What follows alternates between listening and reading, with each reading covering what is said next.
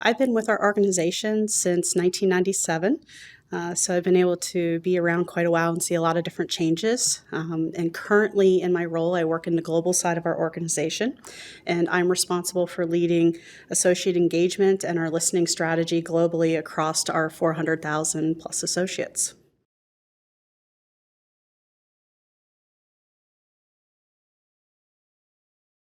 The last 2 years has been very interesting for us as an organization.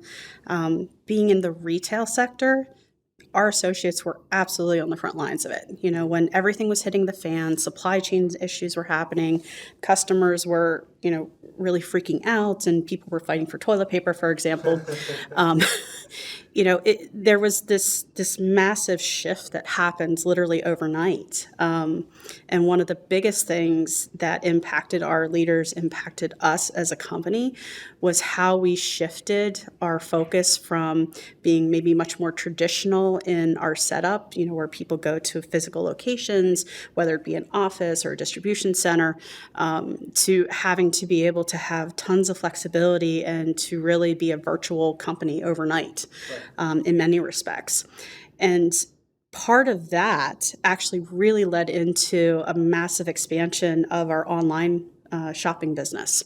So things like if I go to the grocery store and I go onto the app and I choose what different items I'd like to pick up, select a time, and then be able to go to the store and just pick the item up.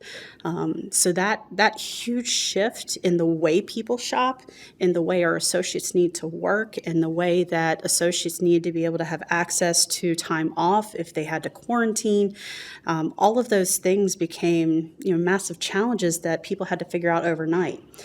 Listening and our listening strategy has really helped with that, particularly with doing some specific listening events around COVID, and around our responsiveness to COVID and ways of working and what we needed to do differently.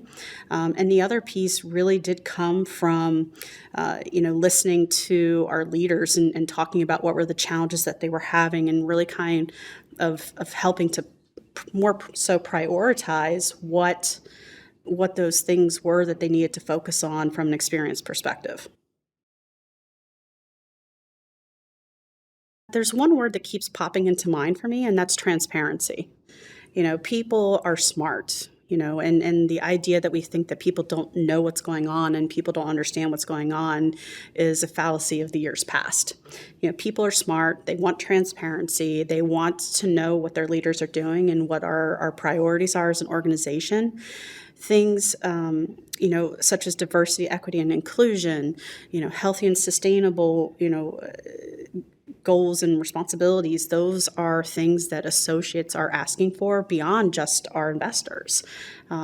So that transparency is probably the biggest thing that they're asking for now.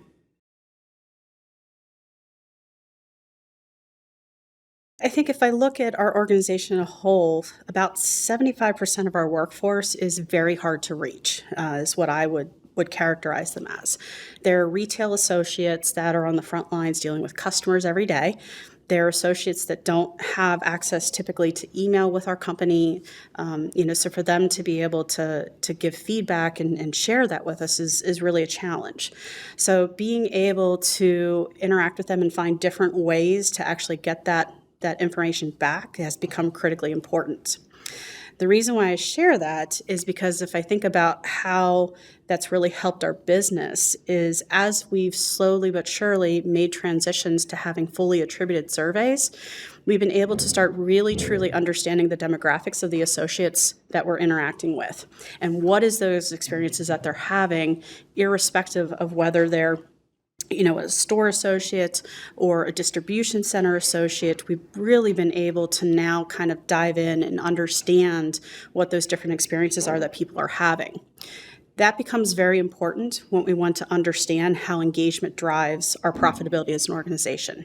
So over the past year to 2 years, we've really been stepping up our analysis work that we do, and we've really been able to start understanding that direct impact between engagement and the potential profitability in a store based off the engagement that they actually achieve. I don't often say this, and actually it's the first time I've ever said it. And that's Perceptix is probably the one vendor out of any vendor that I've ever worked with that I would hands down say is the best vendor that I've ever worked with. Right. It's a vendor that's very responsive. Mm-hmm. They're very engaging with you. They listen to you. They're a vendor that, really takes the time to hear what your needs are.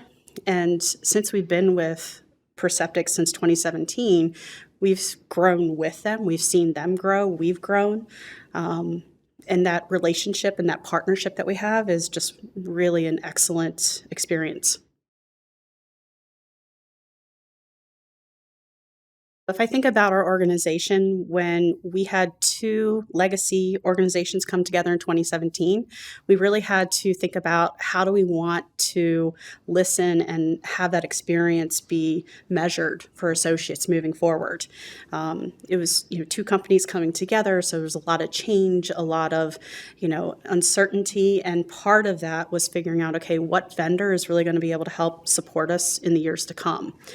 And when we first started as an organization with Perceptix, it was very much figuring out how do we transition to legacy engagement platforms into one new platform. And ultimately, Perceptix was selected because it was an organization that we felt would be able to help us continue that strategy that we believed we were going to be driving for the next 5 to 6 years easily. So when we started out, it was very much kind of that more once-a-year census type survey. It was something that was basically 35 to 37 questions that we would only touch on once a year. There was no life cycle. There was no always-on pulsing survey. At the time, we didn't have any of the on-demand functionality or any of those things yet, but part of the reason why we wanted Perceptix is because we knew where we wanted to go. And that was really having that much more inclusive, all-encompassing approach to listening. And over the past several years, our organization, the complexities that we have from a people systems perspective, from a different country perspective, from a labor law environment perspective, it's really forced us to, over time, take our time and really develop how we were going to leverage the platforms with Perceptix. The number one thing for me is just being able to be around other people engagement leaders. Right. It's been 2.5 years since we've been able to really do something like that. So I think for us, it's figuring out what's the latest and the greatest, what are the things that are coming from a Perceptix perspective, and what are other businesses doing, what are their challenges, and are there things that we similarly are experiencing that might help us with figuring out where do we want to continue to go for the next 5 to 10 years. Because really our strategy that we started in 2017 was meant to go through approximately 2022. Right. So now we're really at this kind of transitional phase again and figuring out where do we want to take it from here. So sure. Any of the insights and things that we can gather from others and from Perceptix becomes really important for us.